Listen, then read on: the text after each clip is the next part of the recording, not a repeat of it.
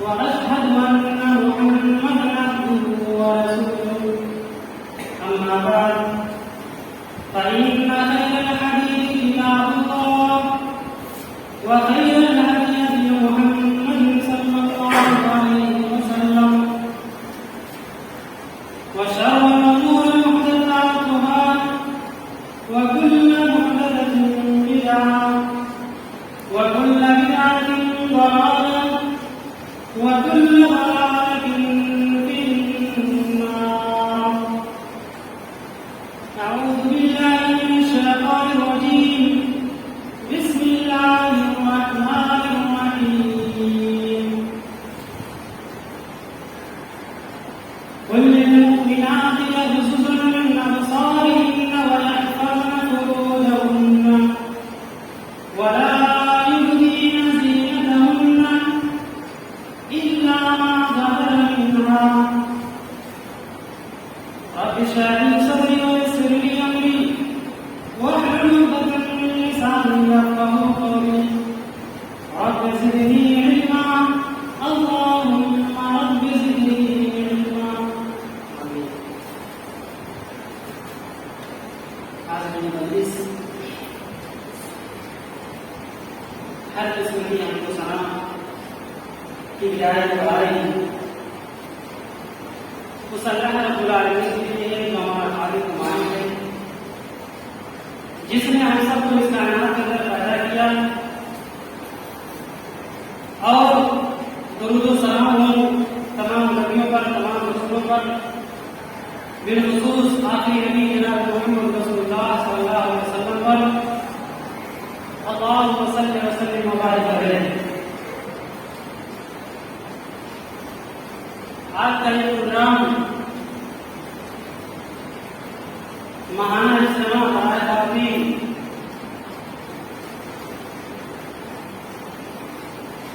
انشاءاللہ جو یہ پروگرام ہم نے شروع کیا ہے، اگر آپ لوگوں کا ساتھ رہا تو انشاءاللہ یہ پروگرام آگے بھی چلتا رہے گا. ہم اللہ رب العالمین سے دعا کرتے ہیں کہ بارگاہ جو بھی باتیں قرآن و حدیث کی روشنی میں بیان کی جائیں، ان باتوں کو بغور سننے اور ہم سب کو اس پر عمل کرنے کی توفیق عطا فرمائے. آمین. یہ پروگرام خصوصاً عورتوں کے تعلق سے رکھا گیا تاکہ انہیں بھی دین کے بارے میں جانکاری مل سکے کہ اسلام کے اندر ایک عورت کا مقام کیا ہے، اسلام کے اندر ایک عورت کی حیثیت کیا ہے. اگر ایک عورت ماں ہے تو ماں کی حیثیت کیا ہے اسلام کے اندر، بہن ہے اسلام کے اندر اس کی کیا حیثیت ہے، کیا مقام ہے، بیٹی ہے اس کا کیا مقام ہے، بیوی ہے اس کا کیا مقام اسلام کے اندر. ان تمام چیزوں کی جانکاری ہم سب کے لیے ضروری ہے. آئیے ہم سب سے پہلے یہ جانیں کہ عورت کہتے کسے، اس کا معنی کیا ہے. لفظ عورت اس کا معنی یہ ہوتا ہے چھپائی جانے والی چیز، ایسی چیز جسے چھپایا جائے. ایک صحابی رسول مسجد کے اندر سوئے ہوئے تھے اور سونے کی حالت میں ان کی لنگی گھٹنے سے اوپر چلی گئی اور ان کی ران کا کچھ حصہ کھل گیا. اور اسی دوران اللہ کے نبی صلی اللہ علیہ وسلم مسجد کے اندر داخل ہوئے تو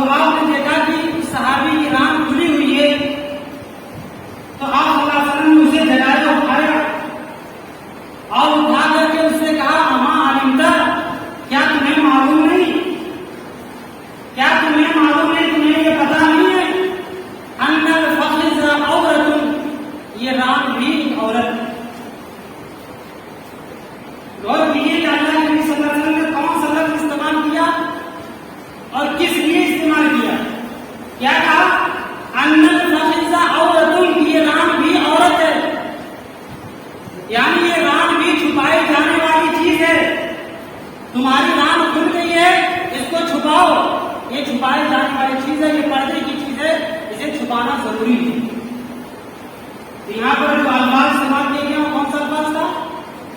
ان فاحشہ عورت. پتہ یہ چلا عورت کا معنی کیا ہوا؟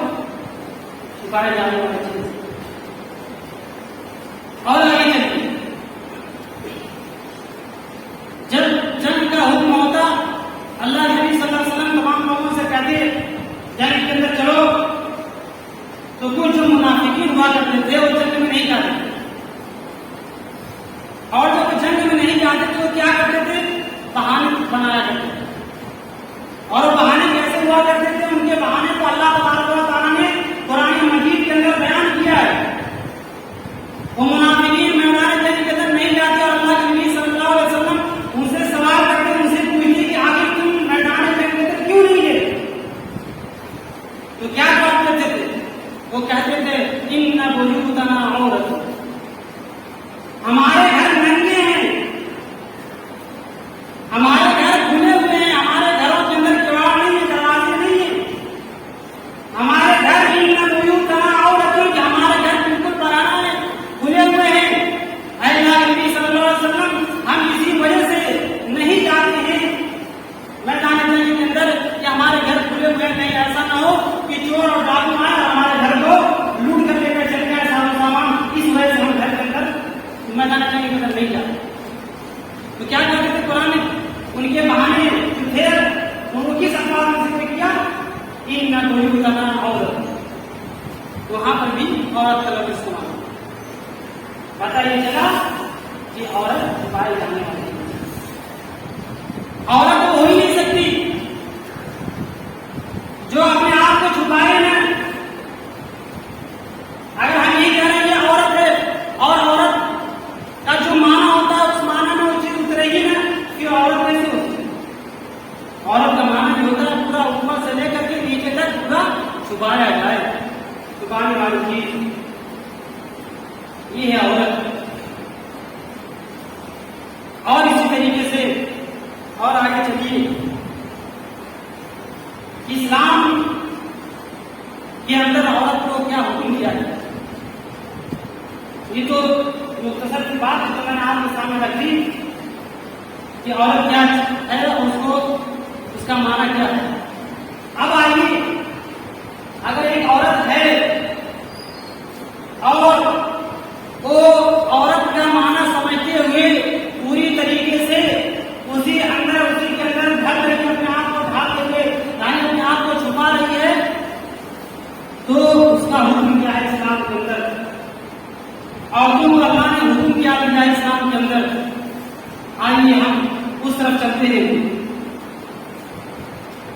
سب سے پہلے آیت اٹھائیے. اللہ تبارک و تعالیٰ قرآن مجید کے اندر ارشاد فرماتا ہے قل للمؤمنات يغضضن من أبصارهن ويحفظن فروجهن ولا يبدين زينتهن إلا ما ظهر منها. غور کیجیے کہ اللہ تبارک و تعالیٰ نے کتنی بہترین تعلیم دی اور اس آیت کو اپنے سامنے رکھیں اور دیکھیں کہ اللہ تبارک و تعالیٰ نے واقعی اس آیت کے اندر جو چیز بیان کی ہے وہ ایسی چیز ہے کہ اگر ایک عورت ان چیزوں کو اپنا لے تو اس کی عزت و آبرو کی حفاظت کو پکڑ ہو جائے. وہ کیا چیزیں ہیں؟ اللہ تبارک نے فرمایا قل للمؤمنات يغضضن من أبصارهن ويحفظن فروجهن. یہ اے نبی مومنہ عورتوں سے کہہ دیجیے، مسلمانوں کی عورتوں سے کہہ دیجیے، مومنوں کی عورتوں سے کہہ دیجیے یغضضن من أبصارهن کہ جب وہ گھر سے باہر نکلا کریں تو اپنی نگاہوں کو نیچا رکھیں، اپنی نگاہوں کو جھکا لیں. یغضضن من أبصارهن ويحفظن فروجهن اور اپنی شرمگاہ کی حفاظت کریں. ولا يبدين زينتهن اور زیب و زینت کو لوگوں کے سامنے ظاہر کریں. آپ غور کیجیے اس آیت کو سامنے رکھیے. دیکھیے اللہ تبارک و تعالیٰ نے 3 چیزیں بیان کی. کون سی چیز؟ پہلی نگاہ نیچے رکھنا، دوسری چیز شرمگاہ کی حفاظت کرنا، تیسری چیز بنا سنگار کو غیر مردوں کے سامنے ظاہر نہ کرنا. آپ یہ دیکھیے کہ بیچ میں جو چیز بیان ہوگا. شرمگاہ کی حفاظت کب ہوگی؟ جب نگاہ نیچی ہوگی اور باؤں سنگار غیر مردوں کے سامنے ظاہر نہیں ہوگی.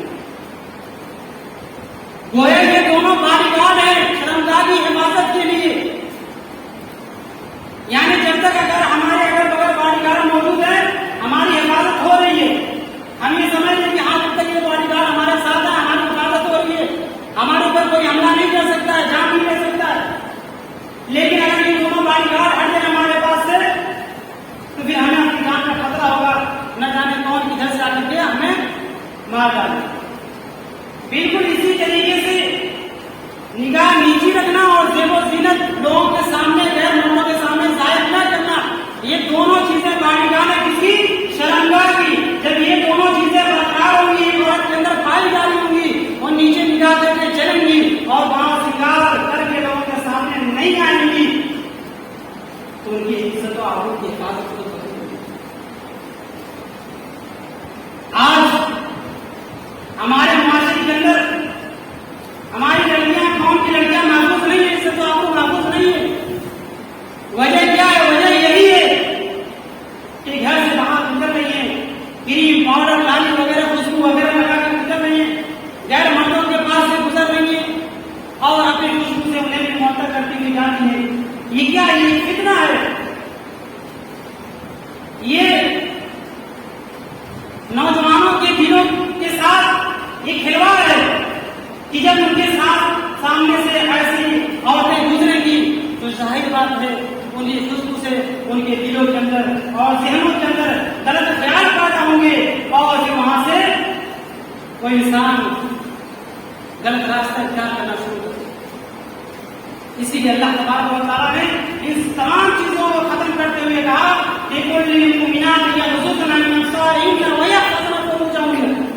یہ عزت و آبرو کی حفاظت اگر چاہتے ہو تو ان چیزوں کو اختیار کر لو, عزت و آبرو کی حفاظت کرو. اور آگے چلیے, آج ہم ان چیزوں پر غور نہیں کرتے ہیں اور اپنے گھر کی بہن بیٹیوں کو اسی طریقے سے بے پردہ بھیج دیتے ہیں اسکولوں کالجوں کے اندر پڑھائی کرنے کے لیے, اور ہم بے فکر ہوتے ہیں. ہم یہ سوچتے ہیں کہ ہمیں اپنی بیٹی پر بہت زیادہ بھروسہ ہے, ہمیں بہت زیادہ بھروسہ ہے اپنی بیٹی کے اوپر. لیکن جب وہی بیٹی کو کھلا دیتی ہے اور عزت کو نیلام کر دیتی ہے اس کے بعد ہم رونا ہوتے ہیں کہ ارے مولانا صاحب میری بیٹی بھاگ گئی ہے, گھر کی عزت کا بھی اس نے خیال نہیں کیا ہے. یہ رونا کیوں ہوتے ہیں؟ ہم یہ نہیں سوچتے کہ اس میں غلطی کس کی, اس میں غلطی ہماری. بچوں کے والدین ماں باپ کی غلطی ہے کہ ہم ان کی پرورش اچھی طریقے سے نہیں کر رہے. ہم ان کے بارے میں پتہ نہیں لگاتے ہیں کہ ہماری بیٹی گھر سے نکل رہی ہے یہ کہہ کر کے ہم جا رہے سہیلی کے یہاں یا ساتھ میں اس کی سہیلی ہے, ہم یہ کہیں کہ ہاں ساتھ میں میری بیٹی کے ساتھ سہیلی بھی ہے. اب یہ نہیں پتہ لگاتے کہ ہاں یہ دونوں کہاں جائیں, یہ دونوں کہاں جائیں, اس کی چھان بھی نہیں کرتے, پتہ نہیں لگاتے ہیں. کیوں؟ ہمیں اپنی بیٹی کے اوپر بہت زیادہ پتہ ہے. میرے بھائیوں, وہ تھے حضرت زکریا جو حضرت مریم کی کلاس لے رہے ہیں. وہ مریم کی ماں نے حضرت عیسیٰ علیہ السلام کو بغیر باپ بغیر شوہر کے پیدا کیا تھا. شادی نہیں تھی, بغیر شوہر کو میں نے حضرت عیسیٰ علیہ السلام کو جنم دیا تھا. وہ مریم جن کی پاک دامنی کا اعلان اللہ رب العالمین نے عرش کے اوپر کیا تھا کہ مریم بالکل پاک صاف ہے, مریم کوئی ناپاک عورت نہیں ہے, مریم ایک ایمان والی عورت ہے, ایک پاک دامن عورت ہے. اتنی نیک عورت ہونے کے باوجود حضرت زکریا علیہ السلام حضرت مریم کے پاس معراج کے اندر آتے ہیں. مریم کے پاس دیکھتے ہیں بے موسم پھل موجود ہے, یعنی جس چیز کا موسم نہیں وہ پھل موجود ہے. سیب کا موسم نہیں سیب موجود, انگور کا موسم نہیں انگور موجود, یعنی جس موسم کا پھل, جس پھل کا موسم ہی نہیں وہ پھل